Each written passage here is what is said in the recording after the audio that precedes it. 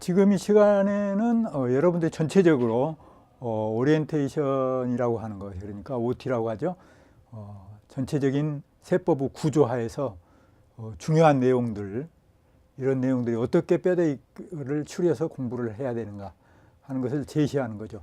근데 바로 직전 우리가 29회 공인중개사 시험 문제를 출제 경향을 분석해 봄으로써 앞으로 어떻게 공부를 해야 될 건가, 이거를 내다볼 수 있다 이거죠. 그래서 간단하게 출제 현황을 살펴보고 앞으로 어떻게 공부를 해야 될 건지 OT를 통해서 한번 살펴보겠습니다.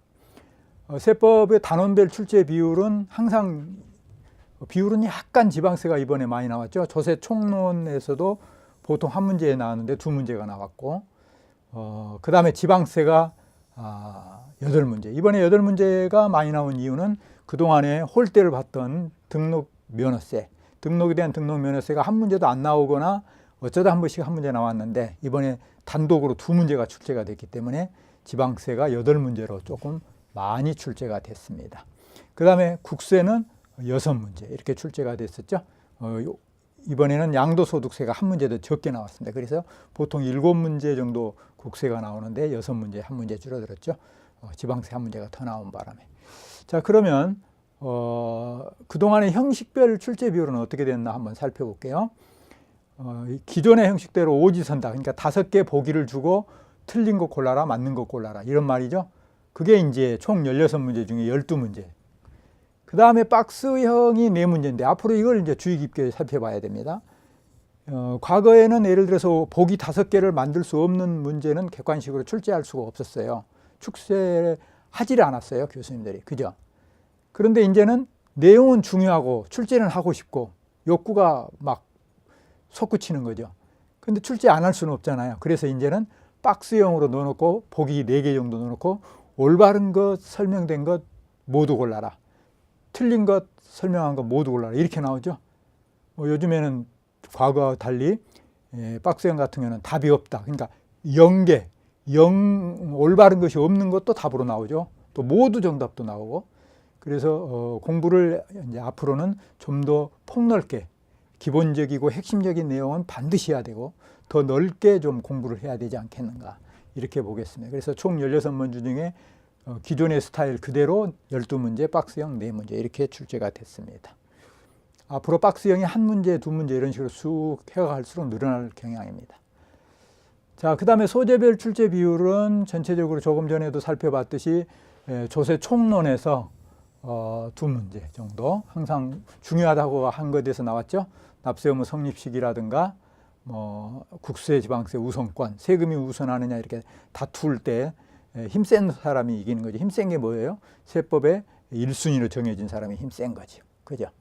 그 다음에 지방세가 총 8문제인데 그 중에 취득세가 3문제, 취득세가 대단히 중요하죠. 등록면허세가 2문제. 그동안에 등록면허세가 한 문제도 안 나오거나 어쩌다 한 번씩 나왔던 것이 이번에 이제 2문제를 엿먹으라는 식으로 아니면 허를 찔른 거죠. 2문제 출제를 했고요.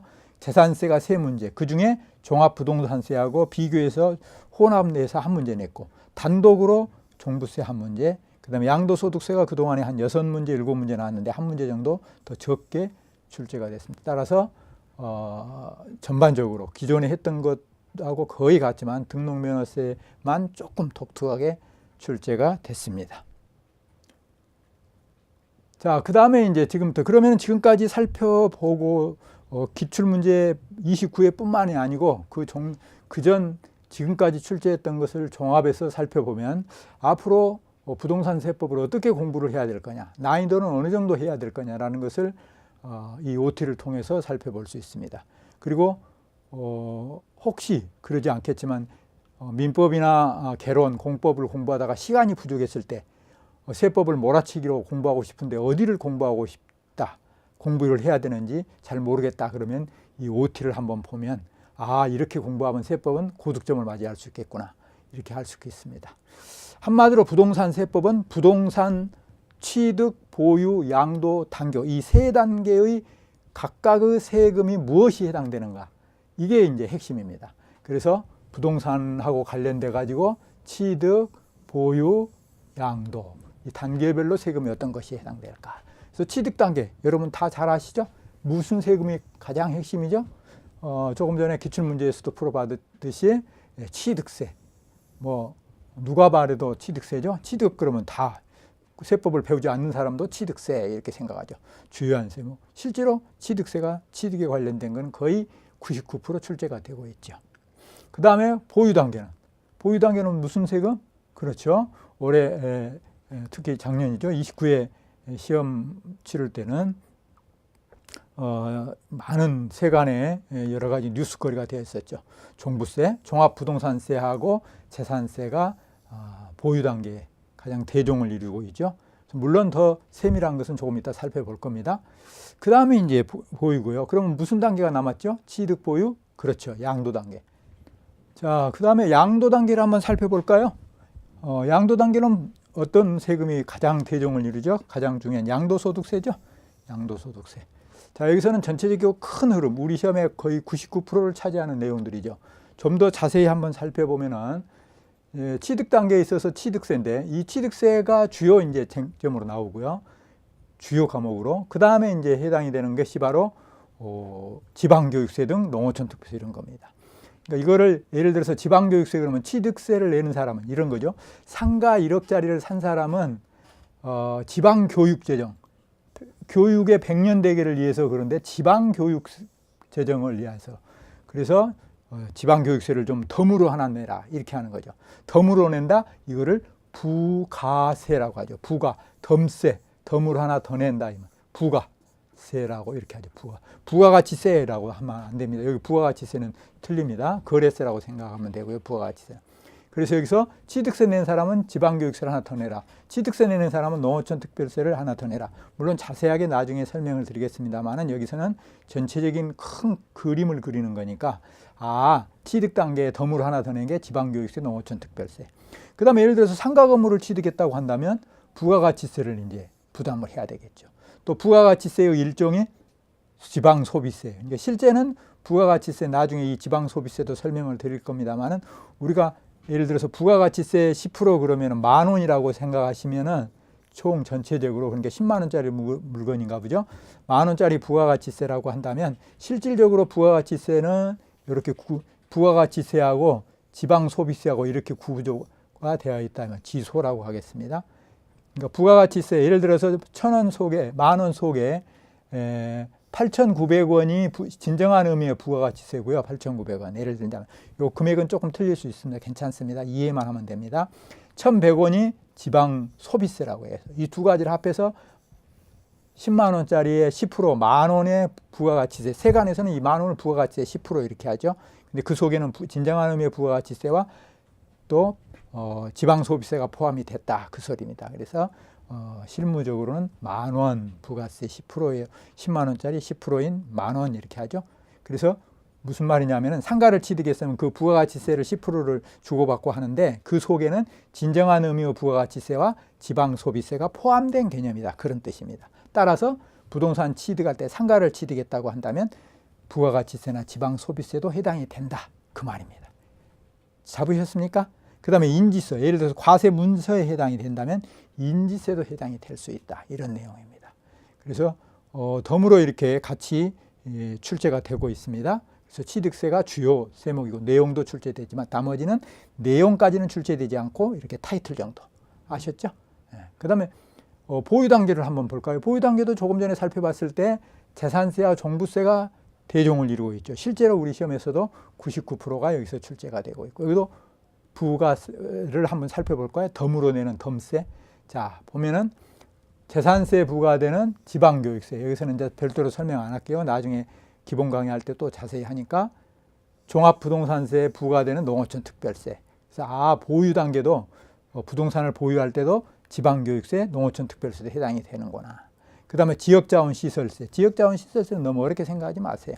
뭐 소방차 출동했다 불났을 때 그렇게 소방시설 이렇게 생각해도 되고 원천물 이렇게 생각해도 됩니다. 또 주민세. 그죠? 그래서 지역자원시설세라든가 지방교육세, 농어촌 특별세도 보유할 때 내는 세금 중에 하나구나. 만약에 임대사업을 한다고 한다면 개인 같으면 개인 종합소득세, 임대사업소득 종합소득세죠. 법인 같으면 법인세, 그래서 그 다음에 지방소득세, 그러니까 종합소득세에 부과되는 지방소득세, 법인세에 부과되는 지방소득세 이 말이죠. 그래서 덤으로 하나 더 내는 거. 보유단계 세금의 전체적인 윤곽. 그 다음에 양도단계. 자, 양도단계는 개인 양도소득세 그러죠. 여기 개인이라고 제가 붙인 이유는 우리 시험에서는 양도소득세가 해당이 되는데, 그때 양도소득세라는 말은 법인이 양도했을 때, 부동산을 팔았을 때 내는 세금은 법인세입니다. 양도소득세가 아니고. 그래서 우리 시험에 관련이 없지만 타이틀 정도만 조금 이따가 보고요. 실제적으로는 개인이 양도할 때 양도소득세를 내는다, 이런 뜻입니다. 자, 부차적인 것도 한번 살펴볼까요? 법인이 했다 하면 법인세, 타이틀 정도만 알면 되겠죠. 그 다음에 개인지방소득세, 즉 양도소득세에 해당되는 개인지방소득세, 법인세에 해당되는 법인지방소득세, 이렇게 덤으로 하나 더 내는 것처럼 보이죠. 그러나 지방소득세는 독립세입니다. 독립에서 내는 것. 그 다음에 매매계약서에 관련된 과세문서에 해당이 되면 인지세도 낸다, 이런 내용이죠. 자, 그러면은 지금까지 부동산 취득, 보유, 양도 단계별로 주요 세금이 어떤 거고 부수적으로 어떤 것이 우리 시험에 출제된가를 살펴봤는데, 그러면 구체적으로 취득세에 대해서 취득 단계 어떤 내용이 출제가 되느냐, 이런 소리입니다. 그래서 이걸 살펴보면은, 자, 여기서는 이제 정신을 버뜩 차리셔야 됩니다. 자, 우리 시험에 전체의 80% 내지 90%가 이 네 개의 단어 속에 다 들어 있습니다. 항상 이번 시험도 마찬가지고요. 그래서 부동산 취득, 보유, 양도 단계별로 주요 출조 내용이 어떤 내용들이냐. 자, 우리가 취득세를 예를 들어서 한번 보겠습니다. 취득세를 예를 들어서 보면, 자, 상가를 하나 샀어요. 그러면 누가 샀다? 영희 엄마가 샀다. 영희 엄마가 누구냐, 이 말이야. 세법에서는 그 사람을 뭐라고 해요? 납세 의무자라고 합니다. 그럼 납세 의무자를 좀 쉬운 말로 풀었으면 취득세 누가 내지?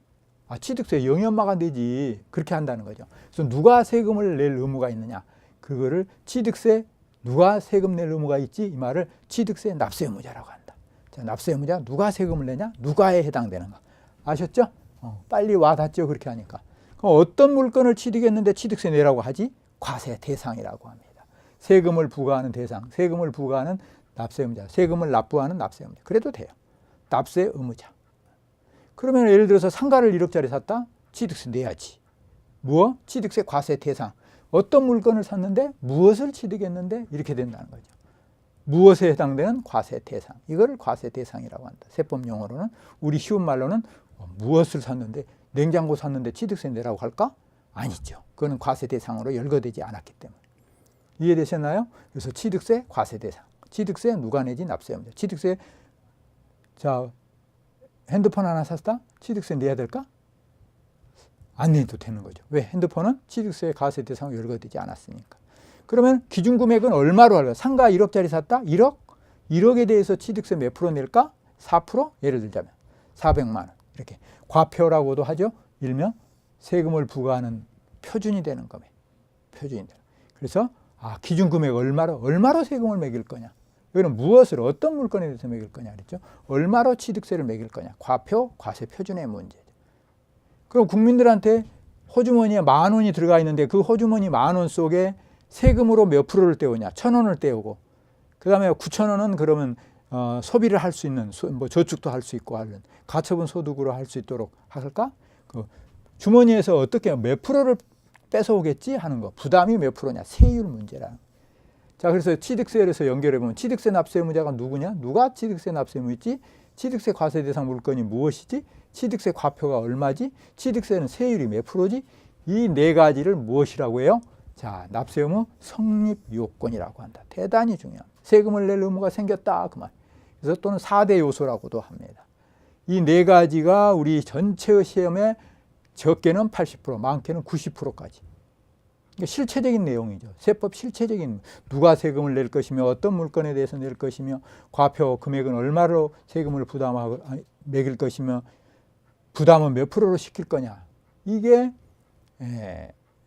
실체적인 내용이라는 거죠. 세금을 내는. 그러면 예를 들어서 신고납부를 할 거냐, 부가징수를 할 거냐. 신고납부를 하면 언제까지 신고납부를 할 거냐. 이런 것들이 절차적인 문제죠. 근데 절차적인 문제는 조금밖에 안 나온다는 거죠. 이렇게 실체적인 문제 4가지.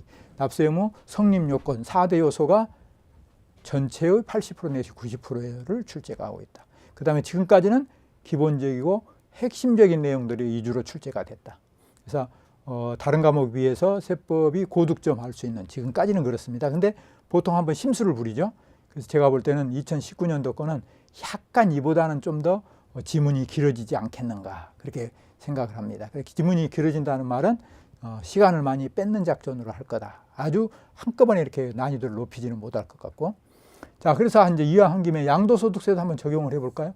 양도소득세는 누가 세금을 내지? 양도세, 납세 의무자. 양도소득세는 어떤 물건을 팔아야 과세 대상에 해당되지? 양도세, 과세 대상. 양도소득세는 1억에 사가지고 2억에 팔았다는데 이거 차익이 남는 그 1억에 대해서 세금을 매길 거야? 아니면 다른 뭐가 있을까? 기준금액을 얼마로 할 거냐? 얼마 금액을 표시하는 거, 과세 표준. 대부분이 자본주의 사회에서는 금액입니다. 물론 건당 얼마 하는 경우도 있기는 있습니다. 종양세라고 하죠. 이건 이제 종가세, 가액으로 하는. 얼마를 기준으로 할 거냐? 양도세, 과세 표준. 부담을 국민들한테 몇 프로를 시킬 거냐? 양도세, 세율. 자, 이해가 되셨죠? 이제 이 네 가지를 확실하게 잡기만 하면은 우리 기본서를 통해서 확실하게 잡기만 하면 충분히 할 수 있습니다. 이거 외에 나머지도 간단하게 한번 살펴볼까요? 자, 그럼 나머지는 이제 이렇게 딱 보면은 요게 이제 절차적이거나 덜 중요한 것들입니다.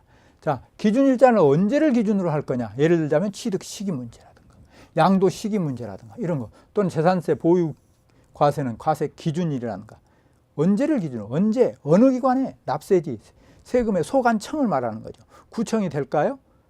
국세는 어디? 세무서 주로. 그 다음에 지방세는 구청. 이렇게 생각하면 되겠죠. 그래도 돼요. 네, 납세지. 그 다음에 어떤 방법으로 세금을 부과할 거냐. 신고납부금으로 국민된 의식이 많이, 지식도 의식도 다 높아졌기 때문에 신고납부할 수 있도록 할 거냐. 아니면 우리가 강제로 부가징수를 할 거냐. 그죠? 이런 문제. 그 다음에 언제까지 신고납부를 하게 된다면 언제까지 하게 할 거냐. 또 아니면 부가 결정을 한다면 언제까지 우리가 고지서를 내보낼 거냐. 이런 것들이죠. 또 의무를 불이행하면 세금을 어떻게, 가산세를 부과할 거냐. 의무 이행한 사람하고 안 한 사람하고 차별을 어떻게 할 거냐. 이런 내용들이죠. 그래서 조금 전에 살펴본 4대 요소가 전체의 80, 90%고요. 이런 내용들은 가지라고 해야 되겠죠. 격가지도 물론 출제는 되지만 그렇게 어렵지 않게 나오면서도 좀 확률이 20%로 조금 줄어든다 이 말이죠. 그죠? 자, 그리고 나서 이제 이런 내용들을 우리 경록에서는 어떻게 강의를 하냐 하면은, 그래서 기본서에 있는 전반적인, 물론 주요 내용 구조를 이렇게 이해를 하면서 전반적으로 기본적이고 핵심적인 내용들을 기본서를 통해서 강의를 하고요. 그 다음에 이제 문제풀이를 하죠. 단원별로, 진도별로 문제풀이를 한 다음에 동형 모의고사, 실전하고 똑같은 문제를 가지고 강의를 이렇게 하고 있습니다. 그래서 경록 프로그램에 따라오면은 세법을 포함해서 전체적인 내용, 뭐 개론이나 민법, 공법, 다른 법도 다 마찬가지로 충분히 중개사 시험에 대비가 되리라 확신을 합니다. 자, 아무쪼록 여러분과 함께 1년을 고생을 같이 하시기를 바라겠습니다.